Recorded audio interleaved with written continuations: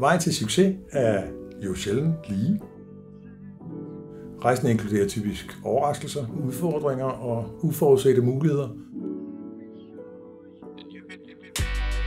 For at lykkes kræver det tro, indsats og vedholdenhed, ofte drevet af et stærkt begær efter at vinde. Hos The View, der er vores fokus at skabe udvikling og vækst hos vores kunder.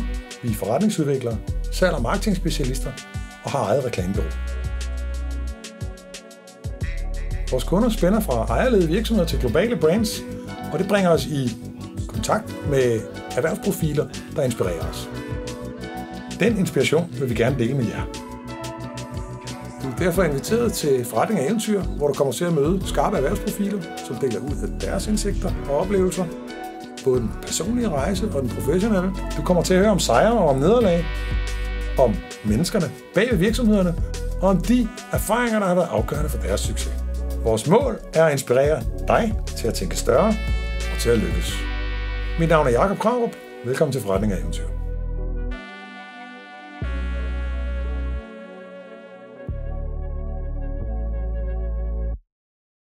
Dagens gæst kalder sig vist strategikonsulent. Mange af os kender ham for noget andet. Han arbejder med vækst, branding og marketing. Hjælper virksomheder med at kortlægge et markedspotentiale og udmønte det i nogle strategiske retninger, som han kommer frem til i en eller anden kombination imellem et strategisk mindset og et kreativt hjerte. Når han ikke udvikler strategier, så gamer han med vennerne. Måske får han en Tuborg Classic og en Blå Kings, hvis det er en god dag. Og så har han et stort madhjerte, og har også været inde over et burger joint i Helsingør, Mast.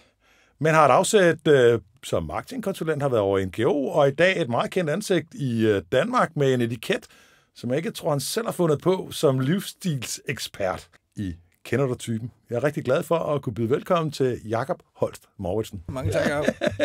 Dejligt. Nu er der mange af os, der har set dig, mig selv inklusiv, i tv mange gange.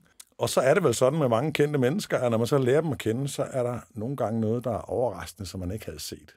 Så hvad er det mest overraskende ved dig, Jakob, når man lærer dig at kende? Det er da virkelig svært at sige selv, tror jeg. Er det ikke det? Sikkert. Det er jo som at spørge en brandmanager, hvad der gør dit brand anderledes. Præcis. Jeg tror måske, det mest overraskende for mange, tror jeg, er, hvis du kigger på mit CV, så virker jeg jo som en ekstremt struktureret, dreven, meget målrettet person. Jeg er ikke en strukturtype. Jeg er meget drevet af mennesker, følelser, viben, kalder man det, hvis det er i 2024. Jeg planlægger en retning, som jeg godt kunne tænke mig at komme i, og jeg sætter nogle mål for mig selv, men jeg lader klart vinden drive mig derhen, hvor det giver mening. Hvis det er mere opportunt at drive mod højre, så ryger jeg i den vej. Kan man blive for gammel til at holde LAN-parties i kælderen? Nej, det kan man da ikke. Jeg har en fornemmelse af, lidt ligesom at der er folk, der sidder og spiller bridge, når de er 80. Ja. Så sidder vi der og spiller computer. Fordi det er det, jeg har gjort, siden jeg var 12. Så hvorfor skulle det slutte nu? Og jeg har hørt, du har gaming i kælderen med plads til 4. Det har jeg i hvert fald haft. 4 gamingstationer, 4 gamerstol, 4 27-tommers curve screens, 4 modder, 4 keyboards, 4 mus, 4 headset. Så det eneste, man skulle komme med, det var sin egen bærbar, og så kunne man bare lige plukke den i, og så var man til LAN party. Sådan. Du er uddannet i marketing. Har en master. Ja. Fra RUC. Ja. Men godt nok i science. Ja, du kan sige, er det marketing eller ej? Fordi har vi overhovedet nogen rigtige marketinguddannelser i Danmark? Det, jeg har haft en uddannelse i, har været samfundsfag, og så blev det jo, fordi sådan der RUC, til en todelt master. Så den ene handlede om Global Studies, hvilket svarer til International Politics, og så den anden hed Virksomhedsstudier, som er business.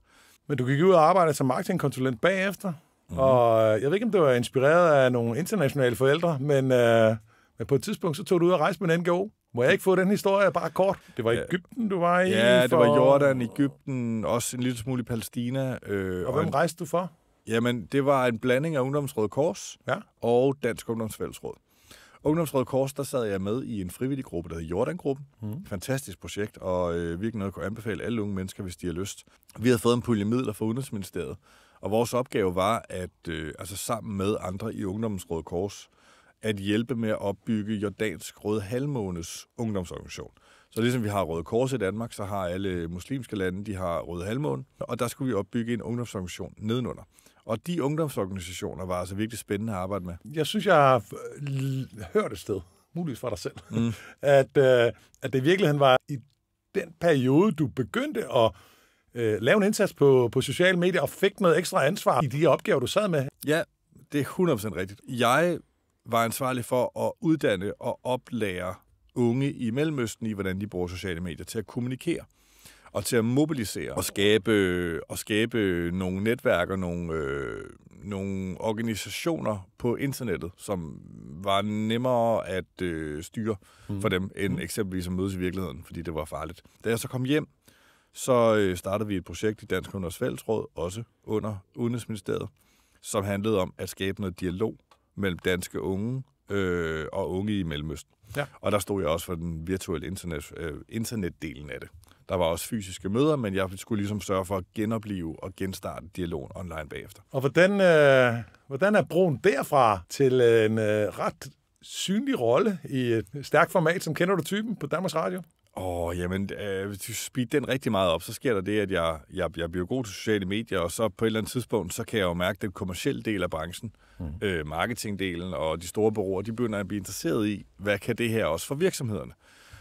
Og der bliver jeg så headhunted over til Mindshare, hvor jeg sidder på mediebureauet Mindshare og er head of social først, så bliver jeg direktør for vores reklame, kreative strategiben. Og hvad sker der så med Kender du typen? Jamen, jeg går selvstændig, har min egen virksomhed, og i de her 10 år foregående har jeg jo brugt utrolig lang tid på at bygge et personligt brand, som har gjort, at jeg har været brugt meget som ekspert på alle mulige ting og sager. Og lige pludselig får jeg muligheden fra en af mine rigtig, rigtig gode kollegaer og også venner, der hedder Natalie C. Larsen. Hun er også lead agency. Hun har været hos Godmorgen Danmark i, jeg ved det ikke, 10 år, tror jeg snart. Ja.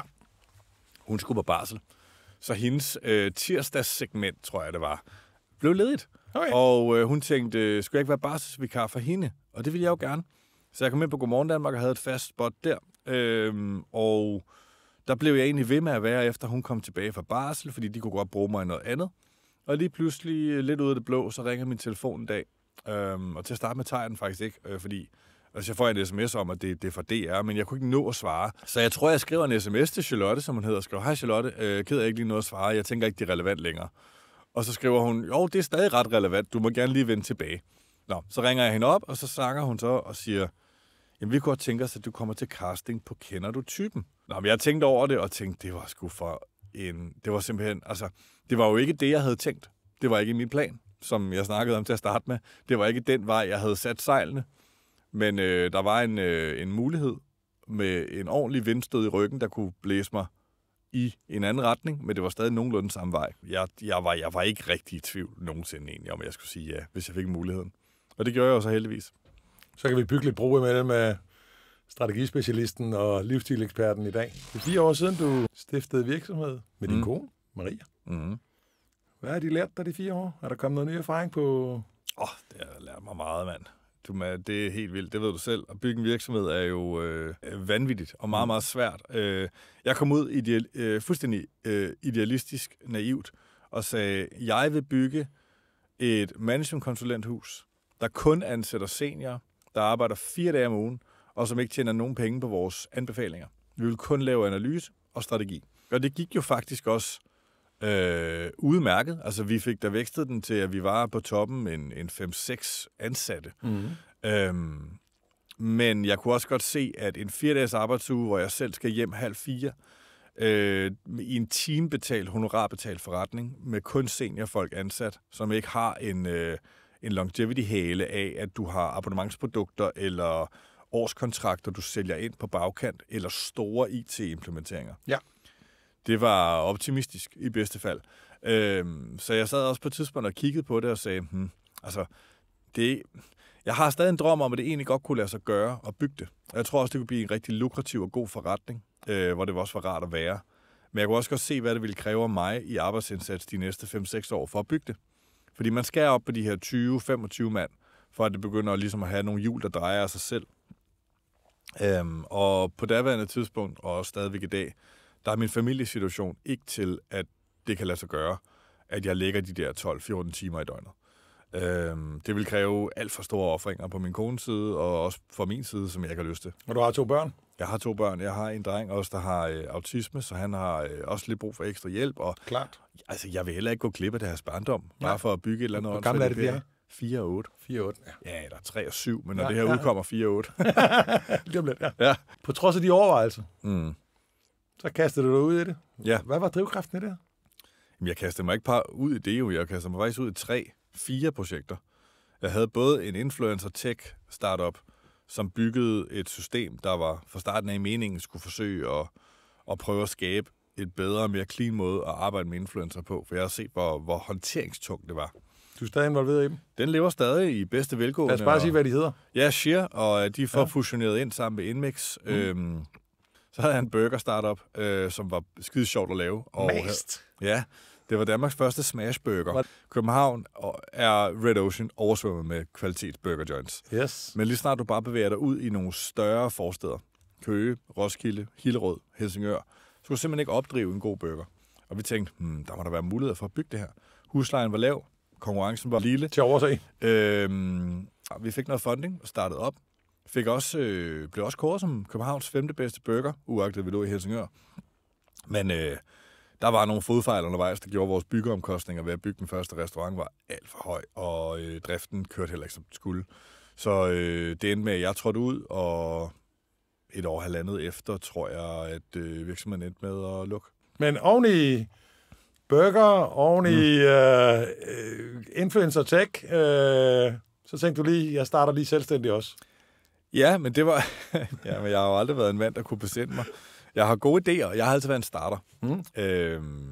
Og lige pludselig så havde jeg mulighed for at udleve alle mine idéer og initiativer i noget, der kunne blive bygget. Så på 3 år, så blev det faktisk til 4 virksomheder. Jeg har stadigvæk 10 skuffekoncepter, jeg har lovet mig selv og min kone, jeg ikke begynder på nu. Fordi jeg ved godt, hvad det kræver. Så arbejder jeg på min konsulentforretning fra 9 til 16, og lige snart mine børn sover, så er det 21 til 1,5-2 om natten med en startup. Det har jeg ikke i mig længere. Jeg skal også passe på mig selv. Sådan. Så det bliver nok aldrig. Og hvis det gør, så bliver det først om mange år. Jakob, jeg vil gerne tage en lille smule om marketing og strategi, og strategi det er sådan et super misbrugt ord. Ja. Og når det så er sagt, så kan man jo meningsfuldt tale om strategi i mange sammenhænge. Det kan man overfor en social mediestrategi, en salgsstrategi, en marketingstrategi, en virksomhedsstrategi osv. Lige nu, så tror jeg lige tager fat i begrebet som virksomhedsstrategi, sådan helt overordnet, det øverste planlægningsniveau, om man så må sige, over for marketing. Så virksomhedsstrategi over for marketing, og jeg tror, at nogen ser marketing og strategi som 2 adskilte ting. At når man har lavet sin virksomhedsstrategi, så begynder man på et eller andet tidspunkt dernede at interessere sig for marketing. Men det er mit indtryk, at du har en holdning til, at de 2 ting, de er koblet og skal gå hånd i hånd. Virksomhedsstrategien er altså helt oprindeligt faktisk fra strategifeltets start, er det 1 til 1. Det, som du også vil kalde en marketingstrategi. Fordi det var sådan i gamle dage i hvert fald, at marketing var den eneste anden funktion end operations. Du havde det operationelle, og så havde du marketing. Og marketing håndterede alt fra produktet, de 4 B'er, prisen, altså prissætningen af produktet, hvor skulle vi sælge produktet, placement, og så var det hele den del, der hedder promotion. Og promotion-benet var det mindst vigtige ben i marketing, som handlede om, hvordan gør vi reklame for det, og hvordan udkommer vi i medier. Ja. Og det er det, som der er blevet marketing i dag. Der er meget, meget få marketingafdelinger, der står for prissætning og placement og så videre. Salgskanalstrategien i salgsøje med er jo ejet af en kommerciel chef, en kommerciel direktør, en salgsdirektør eller lignende. Prissætningen vil være en CFO i mange tilfælde, og produktet er ofte udviklet et helt andet sted end i marketing. Så vi er ligesom kommet til at bevæge os ned, og når jeg siger vi, så mener jeg marketingdelen af branchen, ned i et lille bitte hjørne af marketingfeltets oprindelige sådan disciplinområde, hvor at jeg også ser en tendens til, at vi faktisk gør det igen nu, men endnu længere ned. Hvor marketing i dag i mange virksomheder faktisk ikke engang taler om, hvem er brandet, hvad står vi for, hvem skal vi være noget for. De ejer ikke strategien om segmenterne osv. De er ren og skær et internt in-house performance marketingbureau, som køber medier, sørger for performance, salg og afrapporterer på data på den del. Ja. Så vi er de facto kommet meget, meget langt væk fra forretningsstrategi, Men i sit oprindelige essens, så er marketingstrategien en til en med en forretningsstrategi. Der er ikke en stor forskel. Og er din pointe, at sådan bør det være, og det er en sandhed, der er glemt, og den skal vi have hårdt fat i igen? Ja, altså jeg synes jo faktisk, at der også er noget belæg for at sige, at de virksomheder, der har en CMO, som der ejer store dele af den her strategiske diskussion, det vil sige, hvilke segmenter går vi efter? Hvor er væksten henne? Altså, kan vi definere nogle klare vækstsegmenter? Hvad målretter vi? Hele vores targeting-del. Hvordan positionerer vi os? Og med positionering, der mener jeg både, hvordan styrer vi, at vores produkt og dem, der skal købe det, er afdækket i forhold til, hvilke salgskanaler vi bør være til stede i, med hvilken prissætning og hvilke budskaber. Og du får det arbejdet hele vejen ned igennem en organisation. Så er der altså også noget, der peger på, at du faktisk også har en virksomhed, der har lidt større mulighed for at skabe noget reel vækst, som flytter noget. De steder, hvor du har det afkoblet, kræver det i hvert fald en rimelig hård integration og meget, meget stærk synergi imellem en CFO, en IT-chef, en kommerciel direktør, en salgschef, en marketingleder. Altså den her samarbejde, der skal til. Og det ved jeg, det er jo vigtigt i store virksomheder. Og uanset hvordan du vil gøre det, så har du det mange steder.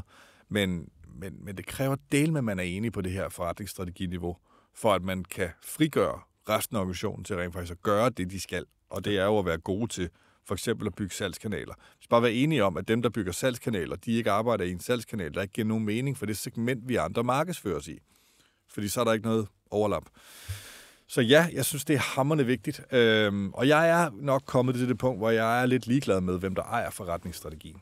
Jeg synes bare, og det er jo fordi, jeg kommer derfra, jeg synes bare, jeg kan se, at hvis det er en person, der kommer ud af marketing, eller for den sags skyld også noget kommunikation, men noget, der er en udadvendt disciplin i en virksomhed, som kigger på kunderne og kigger på markedet oprindeligt, synes jeg faktisk, at det ofte går bedre. Og hvordan gør du så i praksis, når du kaster dig ind i en virksomhed? Jeg tænker, der er noget kommunikation på tværs, og noget vidensdeling, der skal fungere på et andet niveau. Forestiller mig i dit arbejde, og hvad gør du i praksis? Den der fælles forståelse af, hvordan ser markedet ud, hvor er vækstpotentialerne, hvad for nogle segmenter, internationale markeder, hvilke produkter, hvilke forretningsområder, hvilke brands, hvilke lande, hvad ved jeg, som repræsenterer væksten. Det er også den del, som man nogle gange vil kalde en koncernstrategi. Andre i nogle frameworks kalder det vores where to play. Altså, hvad er det for en boldbane, vi kridter op, og hvor spiller vi spillet hen? Det er det allervigtigste at blive enige om. Fordi hvis du ikke bliver enige om det, så kommer du til at have evighedsdiskussioner om, hvor fokus skal være, hvor skal prioriteringen være, hvad gør vi, og hvorfor gør vi det. Hvis du har nailet, hvem det er, vi vil være noget for, hvorfor det er det, hvorfor det er, vi tror på, at væksten den ligger her, hvad vi rimeligt kan forvente i vores business case, der kommer til at drive væksten, og hvor meget, men så er der ikke noget længere at diskutere af strategi på det niveau. Så ved vi godt, hvad salgskanalen skal være. Vi kender vores organisering. Vi ved, hvordan vi skal bygge vores marketingmaskine. Tingene begynder at falde i hak efter det. Så når du nu kommer ind og har en etableret virksomhed, som måske er delvis afkoblet i den her måde at anskue marketing på, som en central faktor i at bygge brand eller bygge virksomheden. Hvis de er der, at den afkobling er en præmisse, du jogger ind i, hvad gør du så ved at ændre den? Hvordan kan du få bestyrelse, ejere i tale på, eller er det en slåskamp? Vi går næsten altid ud, og som det allerførste, så afholder vi det, vi kalder en hypotese-workshop. Og det i virkeligheden er, det er jo et forsøg på at få afdækket, hvad er det for nogle, hvad er det for fortællinger? Hvad er det for nogle myter, som florerer? Vi har haft en virksomhed, der har talt meget om, at der ikke rigtig var nogen grund til at arbejde med churn, fordi den primære churn, de havde, det var simpelthen død. Altså, at folk dør. Og det er jo desværre kommercielt set ikke muligt at gøre så meget ved endnu. Så derfor så har de simpelthen ikke haft nogen tiltag på det. Nej. Og der var noget af det første, vi var inde og kigge på, det var at få alle deres kundedata og dokumentere, at jamen, 75% af deres churn var faktisk ikke relateret til død, eller altså noget, du ikke kan gøre noget ved. Der var faktisk et potentiale, der var ret markant hvert eneste år for at øge fastholdelsen. Og det er jo nogle af de der, vi kalder dem erkendelser, hvor vi bliver nødt til at facilitere en proces, hvor at direktionen, bestyrelsen, ledelsen kommer frem til nogle erkendelser. Det er nogle af de erkendelser, du bliver nødt til at have fra start af. For hvis ikke du har dem, så kommer du til at sidde i et mødelokale, uanset hvor du er henne af fancy offsite strategiseminar. Og hvis du ikke engang er enige om om det er mænd eller kvinder, der er mit vækstpotentiale, eller om vækst overhovedet er relevant for os, fordi det lander på bunden, altså, så bliver det en ligegyldig diskussion. Du bliver nødt til at have fakta på plads. Kan man sige, at forstå trossystemet i virksomheden i kombination med indsigten i markedet, det er det, der er nøglesuccesparametrene? Det er godt sagt, Jacob, og ja, det er 100% rigtigt. Du bliver nødt til at have de der meget klare indsigtsdiskussioner om, hvad tror vi er rigtigt, hvad kan vi dokumentere rigtigt, og hvordan skal vi tænke. Og derfra, der er det altså lidt... ja, altså, der bliver jeg lidt diktatorisk som konsulent, også på vegne af en bestyrelse eller på vegne af en administrerende direktør, fordi jeg gider ikke diskutere det mere. Er du nogensinde blevet smidt ud, fordi du var for direkte? Ikke i min tid som strategikonsulent. Tidligere. Jeg tror nogle gange, da jeg var yngre, der kunne jeg ikke helt forstå, at min plads i det her møde nok ikke var det her. Men jeg synes, jeg havde et godt input, så sagde jeg det. Det skulle jeg bare holde kæft med. Der er heldigvis et andet sted nu. Der har jeg både lidt mere indsigt i, hvor jeg er henne i mødet, og hvad jeg bør sige og ikke sige, og hvornår. Men nej, jeg er ikke blevet smidt ud for at være for direkte. Ikke nu. Jakob, jeg har indtryk af nogle gange, når man ser på sådan en brand udefra, at så er der nogen, der tænker, at de er også heldige, de har fået slået deres navn fast, og det kommer til dem. Og jeg har også indtryk af, at man en gang imellem kan have en opfattelse af, at når nogen skaber et brand, et varemærke, der virkelig lykkes med at få taget en position, så var det sådan lidt heldigt. Der var nogen, der var kreative, eller ja. Så udefra kan det godt ligne magi nogle gange, når de der brands, de buller derudad. Og så kunne jeg godt tænke mig at spørge dig, som arbejder med det her med at bygge brands. Hvor meget er egentlig held? Hvor meget er kreativitet? Hvor meget er dygtig planlægning? Hvad er din opfattelse af det der spændingsfelt der i den magi, som det så fremstår som bagefter? Altså mange af dem er jo skabt på bagkant af nogle mennesker, der virkelig har tænkt sig grundigt om. Men det, der egentlig har ledet til, at de blev, hvor de er i dag, det har jo været et længere sammenfald af sådan lidt en organisk organisme, som har bygget det til, hvad det er.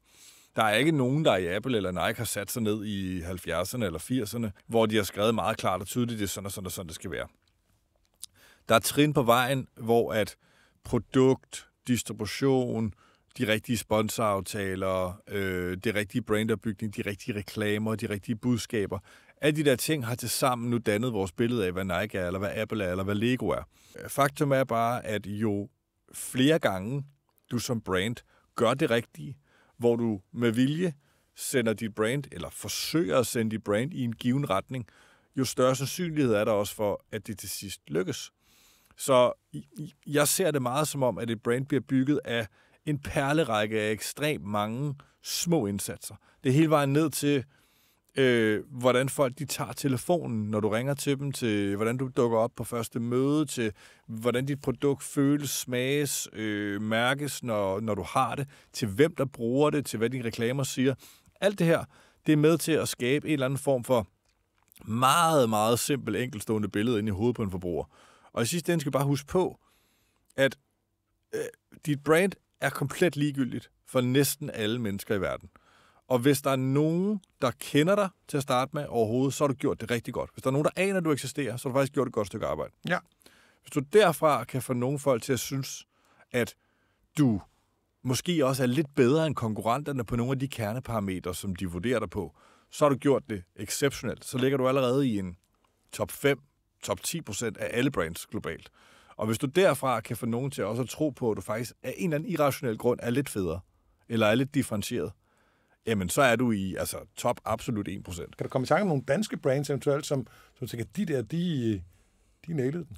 Jeg synes, et af eksemplerne på nogen, som jeg føler har gjort et rigtig godt bud på, hvordan man laver moderne brandopbygning, det er Shaping New Tomorrow. Altså dem her med de her flex jakkesæts bukser. Ja. Og udover selvfølgelig, at de startede med at have et produkt, som havde en funktionel differentiering. Det vi set de sidste 10 år, har det handlet meget om at faktisk bygge funktionel differentiering. Vi har set i drikkevarekategorien. Du kan stort set ikke lancere en sodavand, bare fordi den smager godt. Den skal kunne noget. Den skal kunne et eller andet. Skal den have den som vitaminer? Skal den gøre mig hurtigere? Skal den gøre mig til at tænke bedre? Skal den gøre mig mere frisk om morgenen? Et eller andet. Den skal kunne noget. Og det samme med lige så var det ikke bare et jakkesæt. Det var et jakkesæt, der også var stretch, og du kunne vaske osv. Det startede det med. Det er en fin, funktionel differentiator i en verden, der tænker meget rationelt. Ja. Men derudover så er de begyndt at lægge på. De var løvens hule, de får masse PR, de er ude, de er meget produktorienterede til at starte med. Fordi vi ved, at mennesker bliver nødt til først at kunne placere dit produkt på en eller anden måde. Hvis jeg hører Shaping New Tomorrow, og jeg er i tvivl om det er en grøn bæredygtig fond, der investerer i vindmøller, eller om det er nogen, der laver en tænketank, eller om de sælger bukser, så er der lang vej til et salg. Sandt. Så først skal vi have Shaping New Tomorrow, bukser. Shaping New Tomorrow, bukser. Dernæst differentiering. Bukser med stretch. Tjek. Så kommer de videre, og du kan se ligesom på deres reklamehierarki, de begynder at komme længere væk fra bukserne, og specifikt bukserne, og går mere ind i sådan noget, hvor de fokuserer på stoffets lækkerhed, og at det kan strække. Så du ser nogle folk, der hopper og løber rundt og laver parkour i det, for ligesom at understrege og dramatisere det funktionelle i det. Og nu begynder det langsomt op, og det er klogt af dem, at de gør det langsomt. Men på et eller andet tidspunkt når de op til et punkt, hvor at de i Danmark ikke behøver at sige, Shaping New Tomorrow er lige med bukser, fordi det ved alle. Men derfor der kan I begynde at tale ind i nogle mere emotionelle dele, altså noget, der giver noget følelser. Noget af det, som Nike har lavet vilde reklamer på, og Apple har lavet vilde reklamer på, hvor de ikke har sagt, køb en ny MacBook Air, den har en eller andet M2-processor, der er hurtig. Det er ligesom noget andet, men du kan ikke gøre det med det samme, uden du også har først etableret, hvad sælger Apple, eller hvad sælger Shaping New Tomorrow. Men når man så ser på, fordi der kommer jo nogle bullerne, nu nævner jeg bare de kinesiske bilproducenter, eller Temu, eller i flæng her, der kommer nogle bullerne en gang imellem, som man tænker, de kom ud af det blå.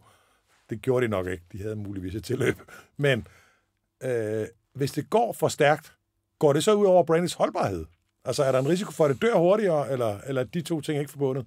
Du har ret i, at de kinesiske elbiler, for eksempel, der ruller ind på markedet lige nu, de kommer jo altså virkelig og gør noget, og tager en stor del af kagen.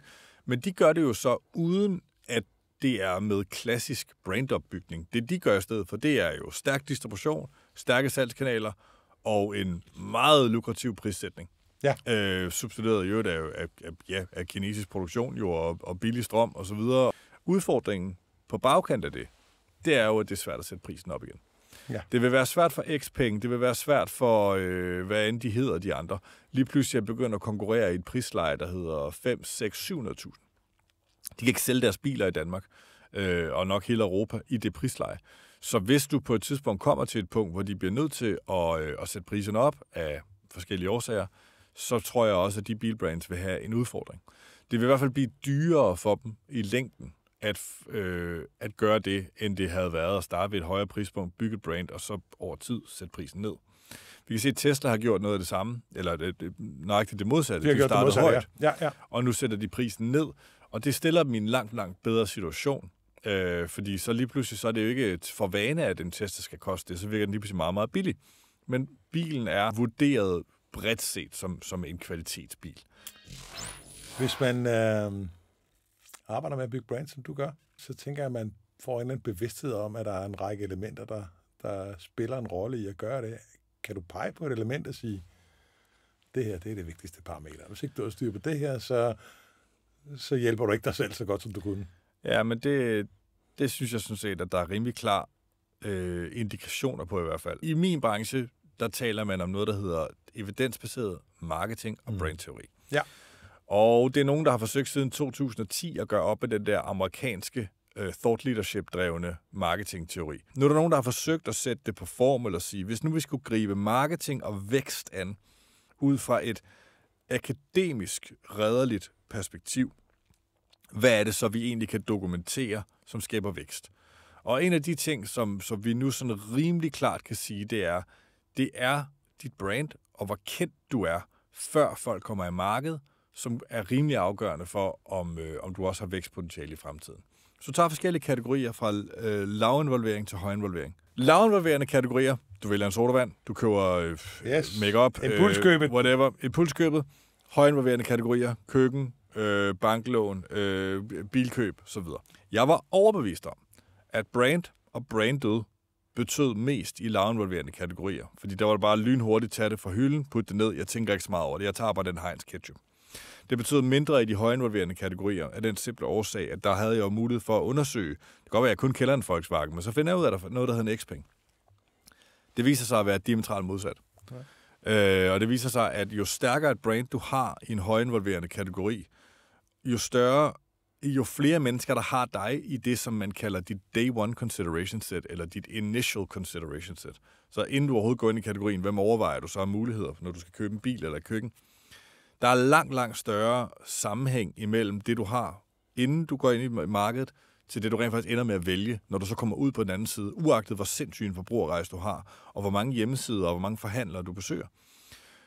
Og forklaringen, som jeg har fået, og jeg er ikke sikker på, at den er rigtig, det må jeg bare være ærlig at sige, men forklaringen, jeg har fået fra sådan nogle adfærdsøkonomer, det er, at jo større sandsynlighed der er, eller jo vigtigere købet er, jo mere højinvolverende det er, og jo større sandsynligheden er for at tage fejl, jo mindre risikovillige bliver vi, jo større sandsynlighed er der for, at vi reverter tilbage til det, vi havde til at starte med tænkt. Så en stor del af købsrejsen eller kunderejsen, som vi tit taler om, handler måske i virkeligheden om at stive sin beslutning af. Ja, det er eventuelt at vælge, hvordan man gennemfører den. Det er bekræftelsesgoogling, og det er bekræftelsesreview-læsning, og det er bekræftelsesspørgsmål til venner og familie om alt muligt osv. Det er jo ikke, fordi jeg siger, at det ikke kan lade sig gøre, og fravriste mig, at jeg skal have en Volkswagen, hvis jeg det, jeg tænker. Men der skal bare meget til. Ja. Hvorimod risikoen for, at det er rigtig ærgerligt, hvis jeg vælger en forkert mascara, det ved du alt om, så er det bare irriterende, men så irriterende er det heller ikke. Det tænker jeg tit over. Jeg tænker hele tiden over, jeg vil have en mascara. Eller at du køber den nye Faxe Kondi appelsin, og tænker, den skal jeg lige prøve. Altså, det er ikke en katastrofe, vel? Det er ærgerligt, men det er ikke en katastrofe. Hvis jeg skulle sige 2 ting, der var meget vigtige. Det indledende kendskab nummer 1. Det næste, det er, hvad er det indledende kendskab til? Og der har vi haft en tendens til i marketing- og brandbranchen at være meget fokuseret på vores image, vores omdømme. Folk skulle synes, at vi var cool, flinke, søde, troværdige, et eller andet den dur. Der er ikke noget af det, der er dårligt. Det er bare ikke ret vigtigt. Det, der er rigtig, rigtig vigtigt, det er, at du kan forbinde virksomheden med det kvalificerede kendskab, med den indledende overvejelse, til en købssituation. Det er faktisk ret vigtigt, når du måler på, nu tager vi Coca-Cola som et nemt eksempel, fordi at alle kender det og forstår det. Men hvis jeg spørger dig, forestil dig, at du er tørstig, og du skal have noget at drikke, mens du kører bil, jamen, så har du lige pludselig en helt anden konkurrentliste, end Coca-Cola vil have, hvis jeg har spurgt dig, hvilken sodavand vil du købe til at tage med dig hjem? Så har du allerede queuet for, at det er en sodavand. Det er ikke den eneste, der kan slukke din tørst. Og det er derfor, vores brandmålinger har været sådan lidt bøvlet, fordi vi har hele tiden været meget fokuseret på vores egen kategori.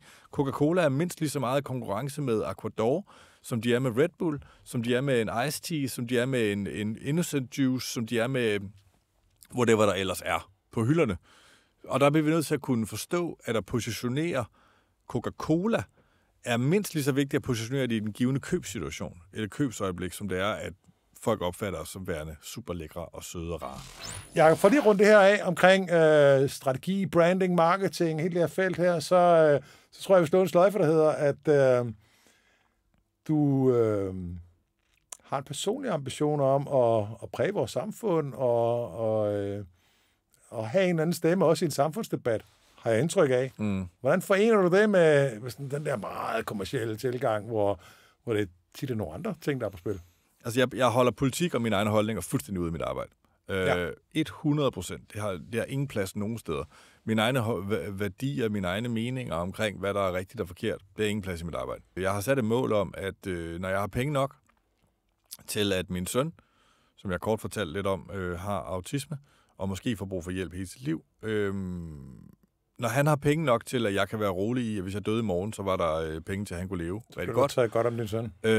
Så tror jeg også, at jeg begynder at komme til et punkt, hvor at, jeg kan fokusere på andet, end det, der nødvendigvis er det, der er mest lukrativt økonomisk for mig. Ja. Men er noget af det, som der måske giver flere point i et andet sted end på jorden. Jeg kan godt tænke mig at arbejde for at have et samfund, hvor vi tog os bedre af de svageste. Jeg har altid været en ekstremt røvheldig, pisseirriterende, privilegeret type, der aldrig har været hverken syg eller i problemer, eller haft behov for hjælp af nogen art. Jeg har ikke nogen i min familie heller, der som sådan har haft behov for hjælp. Så det var sådan en, på amerikansk, en humbling experience at få min egen søn og se, og være ude og opleve nogle af de svageste, vi har i vores samfund. Og jeg tror egentlig godt, vi kunne prøve at skrue vores samfund sammen, således at vi kunne gøre endnu mere for dem, der var de allersvageste. Og så er der nogle af os andre, der måske har rigeligt, som ikke behøver at nødvendigvis få lige så meget hjælp. Så bliver det jo spændende at se, om Jakob Holst Mouritzen, han udkommer som vært i en helt anden slags tv-program, eller politiker, eller forfatter, eller teaterinstruktør, eller hvad det nu bliver til. Ja, nu må vi se. Altså, livet er langt, men også ret kort. Og i hvert fald i de analyser, vi kigger på, så kigger vi ind i et liv med arbejdsskift, der skulle være cirka 5-7 år. Så tager du brancheskift i fremtiden. Så lad os se. Tak for at dele nogle tanker omkring, hvad fremtiden kunne indeholde i et eller andet format. Der har været en karriere med nogle markante skift undervejs, som du er i gang med, lad mig sige det sådan. Men har der været et eller andet gennemgående leveregel for dig, sådan rent forretningsmæssigt, som du tænker, den har været vigtigt for mig at holde fast i de ret forskellige aktiviteter, du har været involveret i? Da jeg studerede og gik i folkeskole og gymnasie osv., så handlede det jo meget om at runde folk, altså ligesom at udligne de svage sider. Arbejde meget på, hvor man kunne blive bedre. Og det siger jeg ikke er vigtigt, men hvis det gælder om at få succes, altså topsucces, og virkelig altså kunne være en af dem, som der bliver anerkendt, eller som kendes for noget særligt, så tror jeg, det giver mere mening at bruge tid på at blive bedre til det, man i forvejen er god til. Jeg ser også ind i en fremtid, hvor vi har mindre behov for middelmådige talenter, og meget mere behov for virkelig skarpsindige, fokuserede, ensporede talenter.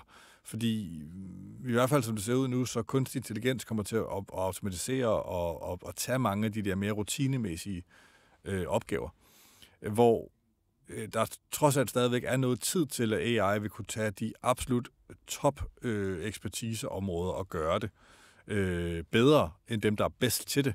Så hvis man er en person, der har brugt meget tid på at udligne sine svagheder ved at være relativt middelmådig til alt, så tror jeg, man har det svært. Fordi i fremtiden kommer nok til at byde på flere, der er rigtig, rigtig dygtige til et håndværk eller et felt. Så kan man sige, at det har været en leveregel for dig at fordybe dig? Jeg har altid forsøgt at finde et område, hvor og det er sådan, det er en klassiker, ikke? Men altså, hvad synes jeg selv er sjovt at lave? Hvad synes jeg er spændende? Og hvad kan jeg tjene penge på? Inde i midten der finder du noget, der giver mening. Og i lang tid har det også været sådan, at jeg har nok også været så opslugt af mit arbejde, at jeg næsten ikke kunne holde fri. Fordi hvis jeg havde fri, jeg skulle læse en bog for eksempel, så læste jeg en fagbog om det, som jeg nu interesserede mig for. Der er jeg måske blevet lidt mere rundet med alderen, og også godt kan se, at der er en værdi i noget skønlitteratur en gang imellem og andet. Men i dine tidlige år, så tror jeg altså, det der med virkelig at fordybe sig og sætte sig på én ting og virkelig gå dybt på den og lære det til punkt og prikke, det er altså noget, som er gavnligt hele livet. For de fleste brands, inklusive personlige brands, så gælder det som regel, at når der er nogen, der tager stilling til en, så er der nogen, der synes, man er fantastisk, men prisen er nogle gange også, at der er nogen, der synes, man er forfærdelig. Men ikke desto mindre kan man sige, at så tror jeg, at også objektivt set, så har du lykkes med nogle ting, som er misundelsesværdige for mange. Du har fået skabt dig en stærk position og et personligt brand. Og derfor synes jeg også, det er oplagt at spørge dig, er der et godt råd at give videre? Hvis nu har du chancen, det ved jeg godt, du tit har, men der er nogen, der kigger med og ser med. Er der et godt råd, du har lyst til at runde af med og dele ud? Altså, hvor er det, du kan se for fremtiden, at du vil kunne holde ud og arbejde meget og lave meget? Og hvis du finder det, og du så samtidig også har en fornemmelse af, at det her det faktisk også er noget, jeg kan tjene penge på, og du også synes, det bare er en lille bitte smule interessant, så grav dybt. Og blive ved med at grave, indtil du føler, at okay, nu kan jeg simpelthen ikke grave mere. Nu kan jeg det her til fingerspidserne. Og der er ikke et eneste menneske i Danmark, jeg kan møde i et mødelokale, som vil kunne sætte mig til vægs med noget viden, jeg ikke har. Så hvis jeg sætter de ting sammen, der du sagde, så er der et eller andet med at være på et felt, man har lyst til, fordi det kræver faktisk noget fordybelse, og det er man måske mest tilbøjelig til at kunne holde ud på et felt, hvor man også har noget kærlighed eller passion. Og dyrk dine styrker, og glem dine svagheder. Er du elendig til projektledelse og Excel-ark, så lad være med at bruge 4 år på at prøve at blive rigtig, rigtig god til det. For du bliver formentlig aldrig særlig god til det. Og det kommer aldrig til at falde dig naturligt. Dyrk det andet i stedet for. Jakob Holst Mouritzen, det var en fornøjelse at have dig i studiet. Tak fordi du ville dele ud af dine holdninger og lidt om din historie. Hvis vi kan få en pote igennem mikrofonerne her, så vil jeg gerne sige tusind tak, fordi du var her. Selv tak, det var herligt. Tak til dagens gæst i Forretning og Eventyr, til Kai Aule, der har stået for research og tilrettelæggelse, og til William Sinkernagel, der har stået for produktion og postproduktion. Ikke mindst tak til dig, der har set eller hørt med. Og hvis du har kommentarer, input eller idéer til vores interviews og programmer, så skriv til os på kontakt@theviewmail.com. Håber du vil med en anden gang i Forretning og Eventyr. Tak fordi du var her. Sådan. Pissefed. Tak. Kan I gøre det her? Vil du have det igen? Ja, tag den igen.